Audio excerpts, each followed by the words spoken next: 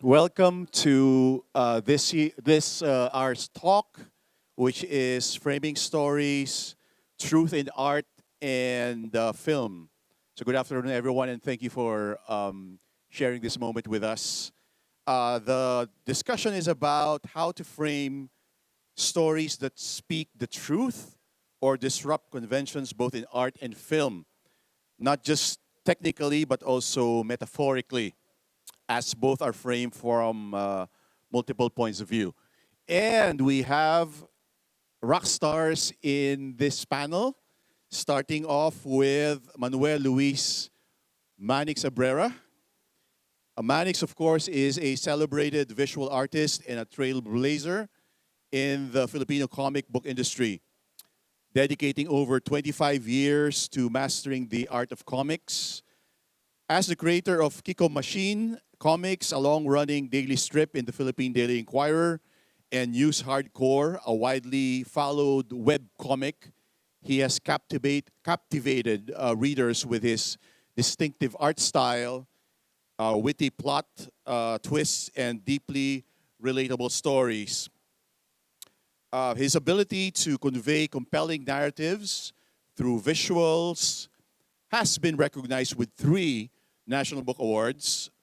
The first one is for 14 in 2015, News Hardcore, Hukbong Sandatahan ng Kahagardan in 2016, and Kiko Machine Comics Volume 14, Alaala ng Kinabukasan in 2019, with several other works named as finalists.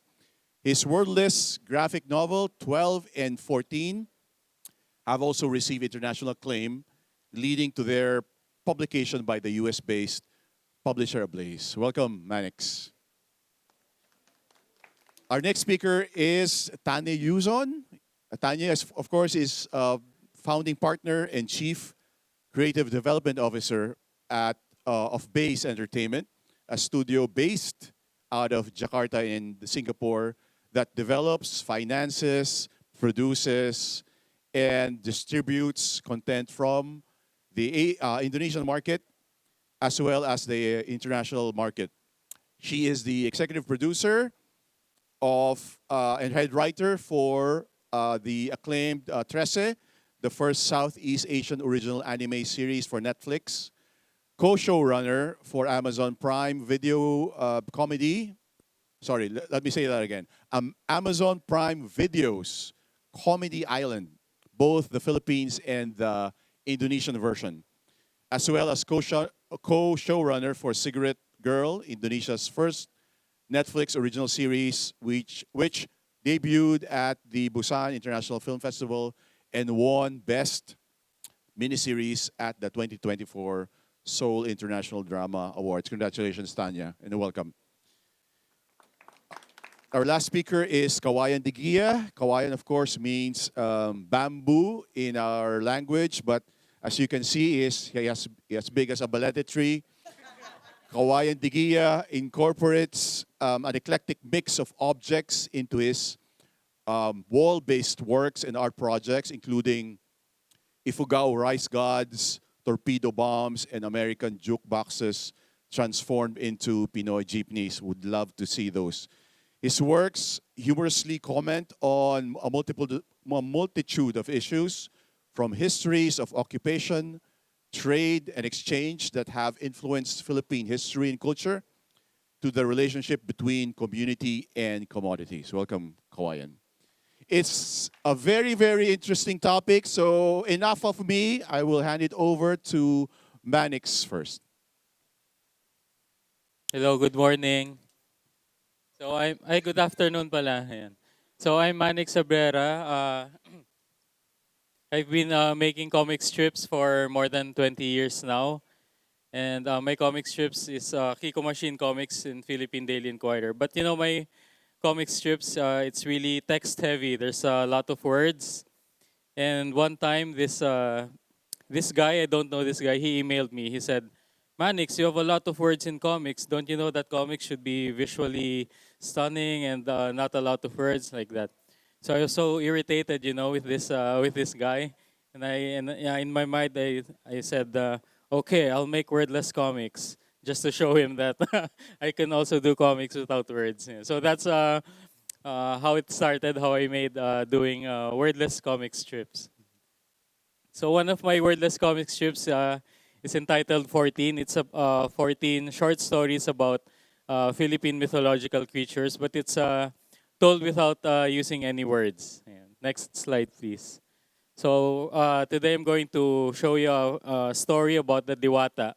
A Diwata is a Philippine mythological creature that mesmerizes you. You know, if you get mesmerized by this creature, she'll take you to her world in the underground, and you can't escape. So chapter 1. I'll just put the words, okay, because it's wordless. So here we see roses, and then chocolates, and then we have a fancy dinner, and then we see this girl. She has three suitors who are very handsome. You know, handsome suitor 1, I love you. Handsome suitor 2, I love you. Handsome suitor 3, mahal na mahal kita. Like that. Next slide, please. And she's being driven by fancy cars by these suitors. And then, bye-bye, bye-bye, bye-bye, bye-bye, bye-bye, bye-bye. And then all the time at home, she's thinking, oh, who will I love?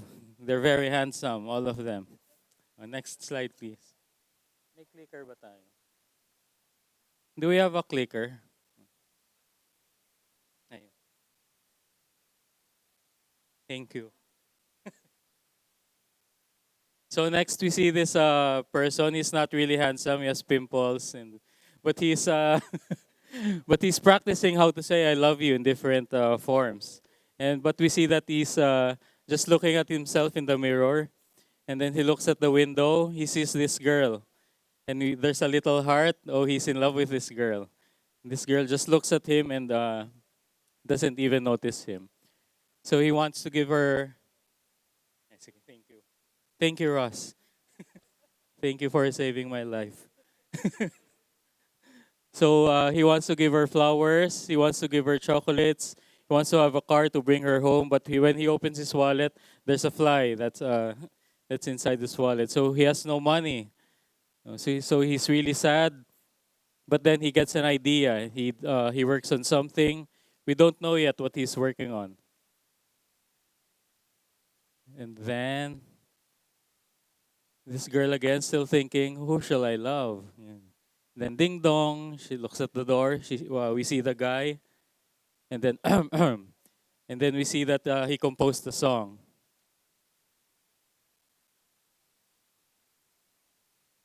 Next, please. Next slide.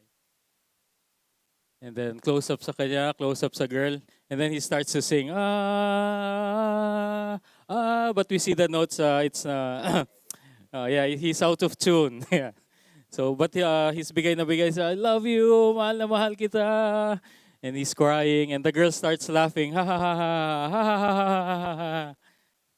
And then he stops, and then he stops and ha ha ha ha ha, and then zoom out, ha ha. And then we see na naka-frame na yung song. And then they have kids already. He's just telling the story to his children. The children laugh, and then they look at each other. Mwah, mwah, I love you. And then sings again. Ah. Yeah. Chapter 2. Yeah. They wake up in the morning. Ah, I love you. Mwah, mwah, good morning. Then happy breakfast. Bye-bye, love you. Shh, quiet. And he goes to work. The children go to school. The woman works at home. And then the children, they're all stinky. They go back home, and he goes back home. And then they kiss, I love you, mwah, mwah, mwah, and there's a romantic music, mwah, mwah, mwah, mwah. And while we're zooming out, mwah, mwah, I love you, I love you, I love you. And then, oh no, we see this balete tree. Balete tree is like we love this tree in the Philippines. You know, it's where all the mythical creatures live. The tikbalang, the aswang. There's a lot of mystery here. And then we see the diwata. You see with all the magic around her. She's looking at the couple. And then they're shopping, they're doing their grocery. And then we see the diwata, she's looking at them. And the girl says, hey, let's go, let's go. And then during the traffic light, we see the diwata, she's crossing. And we see here in the rear view mirror, the guy is getting sweaty already. No, let's go, let's go. Okay, let's go. And then here at work, oh my God, we see that the Diwata is his office mate. So it's his office mate already, the Diwata.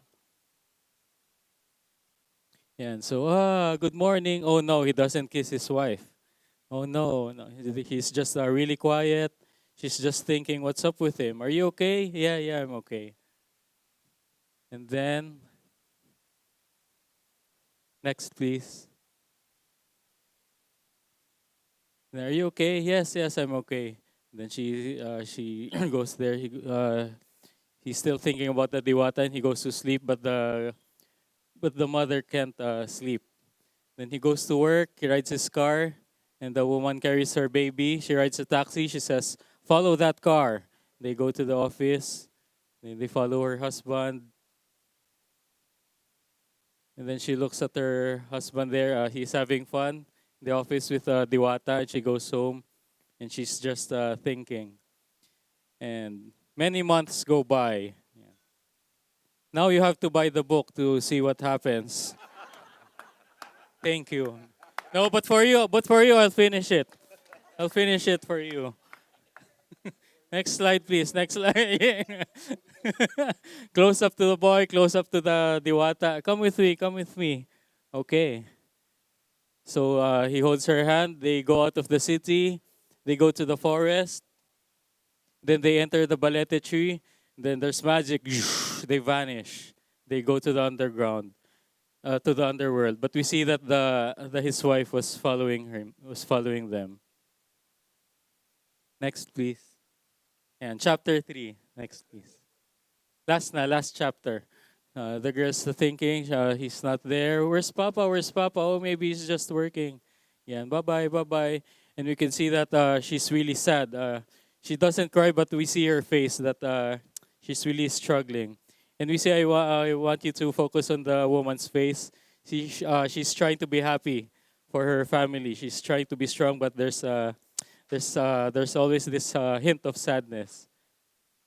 Next, please. And tapos she's looking again at the composition, the music sheet. She gets it. She looks at her children, and now she gets angry. Next, please. And then at nighttime, she goes out of the city. She goes to the forest. Next, please. She goes to the balete tree. Next, please. Oh, sorry. She goes doon. So this is now just my imagination of the underworld. Nahulog sila.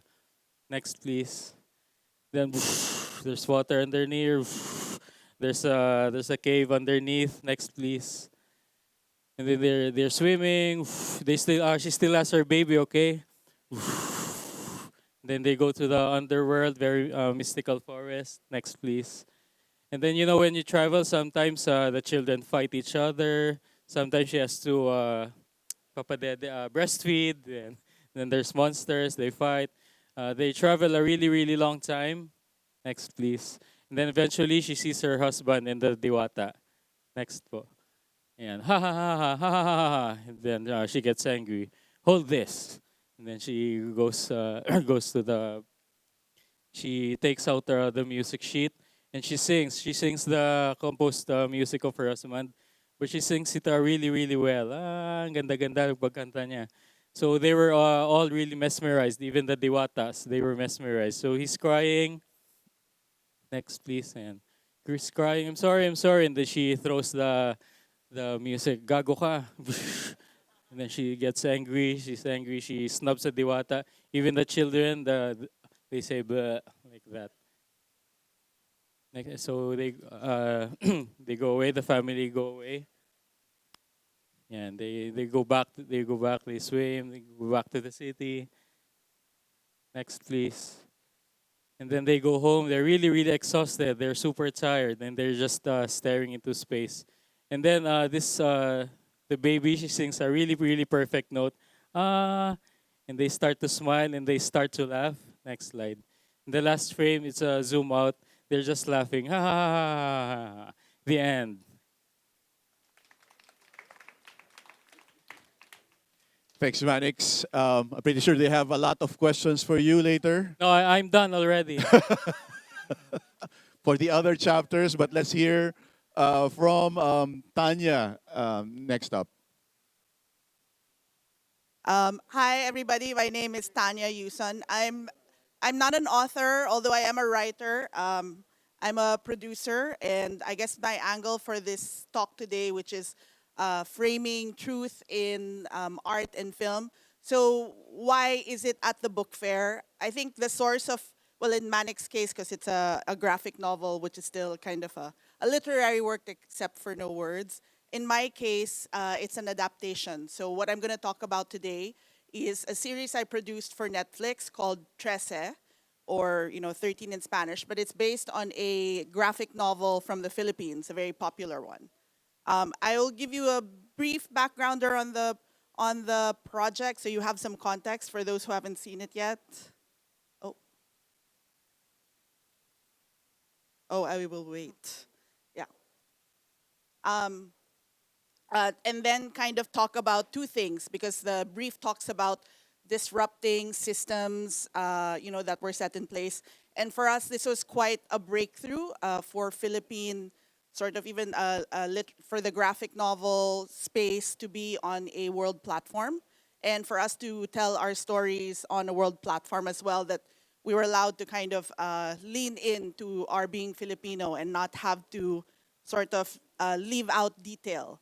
And the other thing I'm going to talk about in terms of truth is sort of how we adapted the truth from the graphic novel, which is a reflection of things that were happening in society, have been happening, still are happening in our society, and putting it in a form of entertainment, like how we frame that truth. So the graphic novel, you see the covers on the right. It's available downstairs. I think there's a German edition as well with a very good glossary in the background. So I highly recommend you pick it up. So this was a very popular graphic novel. And to give you context of the graphic novel, it's like a noir, a murder mystery. So there is a detective, her name is Alexandra Trece. The police call her when they can't solve the crimes. And it turns out that they can't solve the crimes and she gets onto the case, inevitably the criminal is a supernatural creature based on Philippine mythology. So you have a very popular genre of noir, but mixed in with very specific cultural references to the Philippines. Now, with that, that's usually something that's quite specific. So, how did we get to Netflix, which is a very global platform? It took 10 years, but the long and short of it is that me and my business partner, Shanti Harmain, who's Indonesian, I myself am Filipino, and our studio works in both markets, but we also, like we said, we put it on Netflix, so we bring it to a bigger international market. So we saw the book, I loved it. I talked to Shanti about it. We talked to Budget and Kajo, who are the creators of the book, and they trusted us with this journey of trying to find a place to adapt it for like an audiovisual. So we were thinking film, we were thinking maybe a series, and we started a little bit too early. But once Netflix sort of came into the Asian market, all of a sudden there was a player for a distribution, and they floated. When we pitched them the idea, they liked it, but they said, "What about an animated series?" So we never considered that, but it was perfect because you could do so much in an animated series and not worry about the budget. So that was great. So we did that, we produced it. We released it in 2021, which was the height of the pandemic in the Philippines. So just to give you a reminder, the context, the Philippines was on a very severe lockdown. We were still under the Duterte administration. So I know the previous panels have kind of touched on what was happening at the time. So there were all these parts of reality, and we had been working on it 2 years prior, like 2018, 2019. And part of that process was me making sure, because the director, while he's Filipino, his name is Jay Oliva, and the writers were from the Philippines. So it was me, Mick Vergara, and Zig Marasigan. So we knew the context. We knew kind of all the pop culture, the references that Budget had in the books. But Jay, who's a very experienced animation director from the US, this was all new for him. So we had to show him what Manila looked like now and not kind of what might be the memories, or because he had not lived in the Philippines like for a while. He would visit his family, but not really live there. So actually, for his first day off the plane, I took him and the art director, who's in charge of all sort of the look of the piece, on the MRT, which is our public transportation system, which sometimes breaks down in the middle of like running, and people have to walk from the rail to the next station. So we took them, it didn't break down thankfully, but I took them through all 13 stations so that they could have an idea of kind of, everyday life and people. And with that and with all the other places I took them to, they were able to see the truth of how Filipinos were living day to day in Manila. There's a lot of good as well as, it's not all depressing, it's actually quite joyful. So they were able to see that and incorporate things within that space. So when we released, it was quite well received. We were very happy. Filipino audiences in the Philippines, well, they were captive audiences because everyone was at home. So why not watch Netflix and just, it was something to celebrate together, but we were all celebrating together separately. So it would have been nice to kind of been outside when that happened. But the nice thing as well is we would get comments on like the social media or messages from people who lived outside the Philippines, Filipinos in the diaspora, people who had never connected with their heritage, how watching this was also interesting for them and how it was kind of connecting them to the truth of their own situation with that.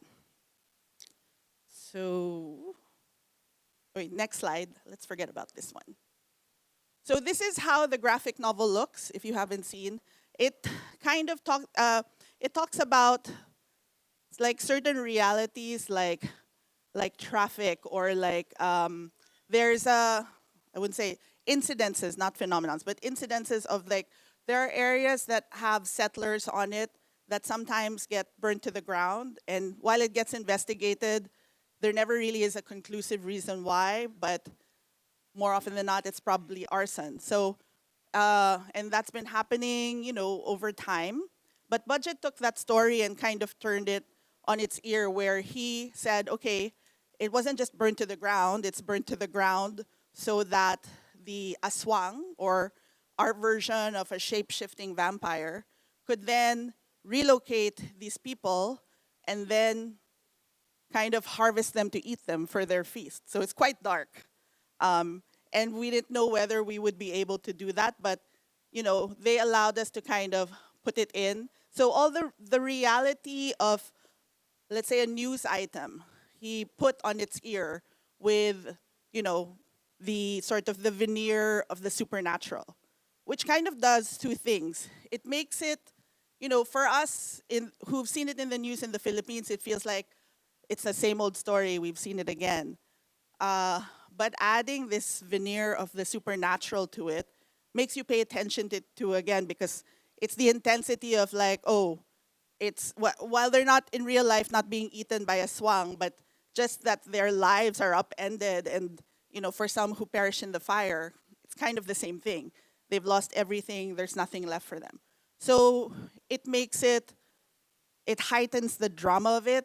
Well, it's already dramatic, but it just adds that sort of the sadness, and it just it's deeper in a way. And the other thing is it kind of, I guess, like how it connects to old stories in a way where why people used to talk about the mythology in that way. Why is there a swang? Why are there vampires? Why are there mananangkals? Or chanak. A chanak is a creature that it takes the guise on of a young baby who's been left in the woods that then lures you to either kill you or eat you. So I think people were telling stories around campfires to explain why babies die, why people suffer horrible deaths. In a way, this is a modern telling of that. It's like, why do we go through such horrible things on the day-to-day? So if you could go to the next slide. So then we see, like when we did like the adaptation to the series, we kind of had to tie it in because there were so many instances, but we really had to tie it in to Alexandra's truth, the character of Alexandra Trece. And what we ended up focusing on is her emotional journey.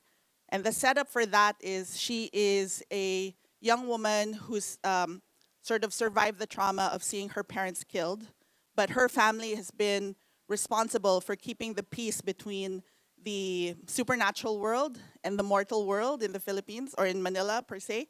And so now she, as a young woman, is tasked with that big responsibility. So it's her navigating, like figuring out, can I do this or not? And in the end, figuring out, like, I have to do this because there are people who will suffer if I'm not able to, and I can still do that. And so we framed everything with that journey in mind. Then it becomes not really about what exactly was in the newspaper, like how did this exactly happen? Can I have the next slide, please? But essentially, like, what would be her truth as she's discovering this thing about herself. So when you, it's like how we frame why do things happen and give it a supernatural explanation. Now it's more about like what's the reason or what's the impetus for her emotional journey, given what has to happen kind of in the interim. And then the last slide, please. So in the end, it really becomes about our humanity and kind of, where we are. So truth in that sense, the way we frame the story becomes a more personal thing rather than all the external that comes around it. At the end of the day, even the external headlines are about people. So that's also something we wanted to bring to the fore. So thank you. Thank you, Tanya. I guess the question is, can they still catch Trece in Netflix in this region? Yes, it's Okay. globally, hopefully forever and ever. Okay, so tonight you can start binge watching Trece, but before that, let's hear it from Kawayan. Thank you. Hello, hello, hello. So, where is Kawayan? Is this Yeah, can you move to the next slide, please? Yeah, wow, I wish I also had comics with me, which I actually do, but not with this presentation. Originally, we were talking about something about activism or truth and what was it? Disrupting the truth and like, Okay, yeah. and then yesterday I look at my text and it was sabi iba yung title nito. It was like That is another way of disrupting. He okay. disrupted the Anyway, Another. channel. it had a lot of framing to do. Wait. Pause. Pause that. Okay. So yeah, I can back up. Is that backing up? Okay. So my name is Kawayan Guia. I'm from Baguio. Baguio is Little America in the mountains. It was established 100 years ago by the Americans because they found Manila too hot. And so this patch of indigenous land was slowly converted with all the commodities Americans needed. Sorry, Americans. Oh, there. Sorry. Yeah. And so I am the son of also Kidlat Tahimik. I have to spell that out now. Who is a filmmaker and who is somewhat of a radical. We would celebrate, let's say, Rizal Day, Jose Rizal Day, December 30 instead of Christmas. That was how we were brought up. So you can say that the way I look and the way I am are two very different things. It has always been the thing of my life. Whether I'm here in Germany, I'm Filipino inside, or I'm in in the Philippines where I look all American or all German, and I'm still Filipino inside. So that's my story.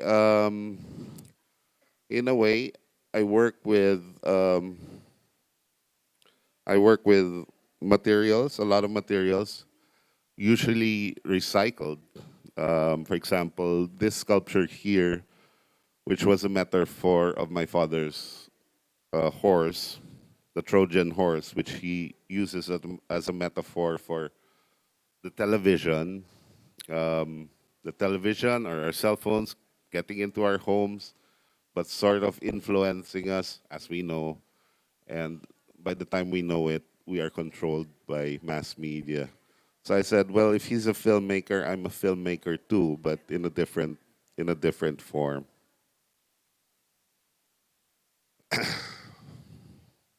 This is in Japan. Uh, sorry. Boom. Such things like this is a jukebox. So again, I found this graveyard of American jukeboxes from the 70s. And if you remember, jukeboxes all resemble vehicles like Cadillacs or spaceships. I decided to transform them into jeepneys, which is, of course, our main mode of transport. And the the actual records were coming from a tiny recording studio, which happened to be in Baguio, but it was called Abatan Records. So these were country music songs written, sang in Kankanay, the local language. As you see, the fellow over there had a bit too much. But a lot of my work also deals with community. Sorry, I'll go back to that. But this sculpture, for example, is a wood carving made by an Ifugao carver. Actually, the Ifugaos are really the best wood carvers in the Philippines. And but here, I sort of had to cut his head, which is, sorry, he's a head hunter. Our region is known for head hunters, or at least it was exoticized 100 years ago. But in a way, these are all made from bottle caps. So I would go around the bars in Baguio, and you can say that the indigenous people have drunken themselves to death, and we lose our culture. It's really tragic and very sad, but that's really what's going on. Sorry. Boom. Some work. Sorry. Yeah. I'm wall bound. I try to break the boundaries between what's what's a painting, what's not a sculpture. Um, and then I'd also create other projects. This was a project under that I what was it 2012. It was actually a bus ride into the hinterlands in the Cordillera, where it was a week long joyride where we engaged with locals and had a little somewhat art festival, having films, workshops. We thought we were gonna give the workshops, but in the end, we were the ones taking the workshops from the locals. From the same material, this was a sewing, a workshop that turned into the hub of our festival. We were exchanging stories again with people of Baguio. So, and again about stories, truth and stories. We over the years we finally came out with the book. Shit, I forgot the book. I forgot the copy of my book, but it's downstairs, which is the Encyclopedia to Art Life Living in Baguio and the Cordilleras. It is an alternative avenue in understanding what life is there. And the thing with this book, I think it can really be adapted to other cultures that want to kind of save whatever is salvageable from their particular cultures. I wish I had a copy. I'm sorry, but that's down there. So we're publishing that too. So as you see, I'm doing quite a bit. I'm sorry. Uh, sorry. Next. Next slide. Next slide. Or maybe that's it. Is it? Do we have other slides? It's jammed. Yeah. Ah, okay. That's the last Okay. one, I think. Kawayan. Okay. Well, we can get that'd be good, and we can get the ball rolling here. Thank you, Kawayan. Thank you very much. So I'm pretty sure you have a lot of questions, and we're opening the floor now to your comments or questions if you have any. Just please raise your hand. Yeah. Okay, let me first start. So as we talk about disruption, and I remember this one client I had, and he said, "Show me something that would take me out of my comfort zone, something that would make me be afraid." Because I think that's key to disrupting something. And to that comment, how do you do it? What is your invitation for that disruption? So I guess, Manix, you use heavily, or humor, I guess, is the vehicle. So, yeah. Russ, that's a really hard question. Why did you pick me first? Let's ask the audience what they think. No, just no. For me, I always put a lot of humor in my work. So I remembered with that client of yours. I also had a project with an NGO.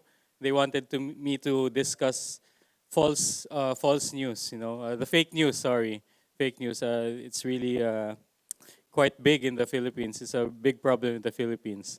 So my first assignment to myself is how do I put humor into that? It's a very serious topic. So what I did was in my comic strips, I made this social media department of hell, where it's Satan's acolytes, making news and sila yung nagkakalat ng fake news. Yeah. So with that, I can put a lot of humorous things, but still, hopefully, the reader can see what the big message underneath. So Okay. that's my technique. Tanya, Kawayan? Okay. Um, this yes, correct. In my case, the disruption really, it's not even a subversion. It's just because like we never had anything specific for the Philippines in something as global as Netflix.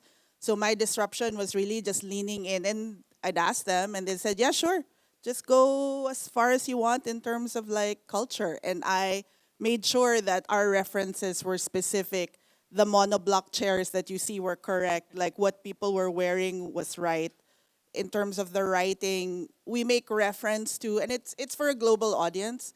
So what we did though is like we didn't want to have to spend too much time explaining everything. So what we did was put in enough context for something like the supernatural creatures or a cultural reference that made sense to the audience, just enough to follow the story, but then move on. So we didn't, the disruption was not over explaining. If people wanted to hear more or find out more, we live in an age where you can look it up. And then, but for Filipinos, you go faster because you understand what it is. So, it gave them, like, it was for them in that sense. And I think that hadn't really been done before. Overly dissecting something or overly explaining something kills that thing in the process. Correct, So exactly. I guess it's better that you leave gaps for the audience to come in and And I be only had invited. 30 minutes, so Yeah. I need to get the story going. Yeah. Kawayan, I have a different question for you. You use a lot of metaphors in your work, and some metaphors do not really travel, meaning they're highly localized because it's really for a local audience. Now, if you bring your work, let's say globally, does it travel? The metaphor, does it travel? I think that's always part of the fun creating works of art. It's always like, where do you put the tickle? Where's the bite? Uh, and like Manix, I too use a lot of humor. I think it's the only facet to be sane. You know, if not, I think we'll just crack. If and yeah, what is art without any mystery? So whether they get it straight ahead or in 3 years' time or they don't, you know, it's kanya-kanyang trip yan. So it's your cup of coffee. But I think without that, you can't spell it out you know that clear. I think it's I think that's where the invitation comes in. When you have those gaps and you try to invite the people to really go into that you world. engage, and things grow bigger when you do community work. I mean, community work, but something collective works. Works of art done by groups of people, and you engage with community. So it becomes a growing. You're sharing awareness, and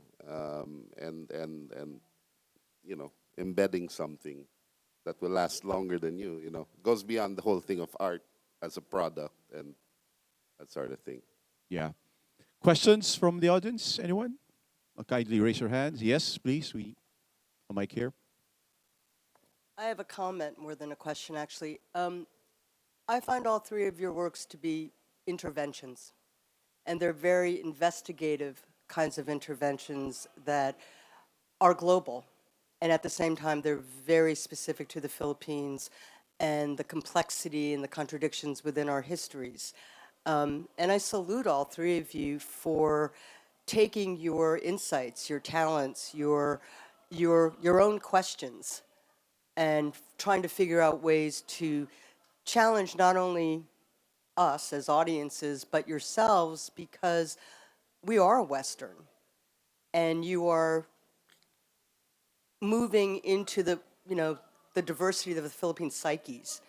So I just want to thank you all for that. And it's a wonderful kind of intervention that all of this of us here are trying to do in the book fair in ways that resonate. It's not about positive negatives at all. It really is about opening things.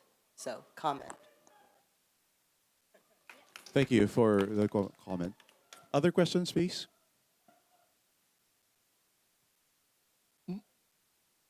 Yes. Mo Williams had this term called personalized empathy. He said that while I'm working on something, I am actually having a conversation with myself and an imagined audience. So, in your case, while working on those things, what goes on inside your head? Because when you look at it, you are actually the first audience of your work. And is there that struggle? Or do you even second guess yourself sometimes when you work on something? Or how harsh are you as a critic? Isn't that for all creatives? Yes. Even if you're not creative, if you have to do something, you're just going through the process. I think in in my case, in our case, when we were writing it, we had a bit of a roadmap with the book.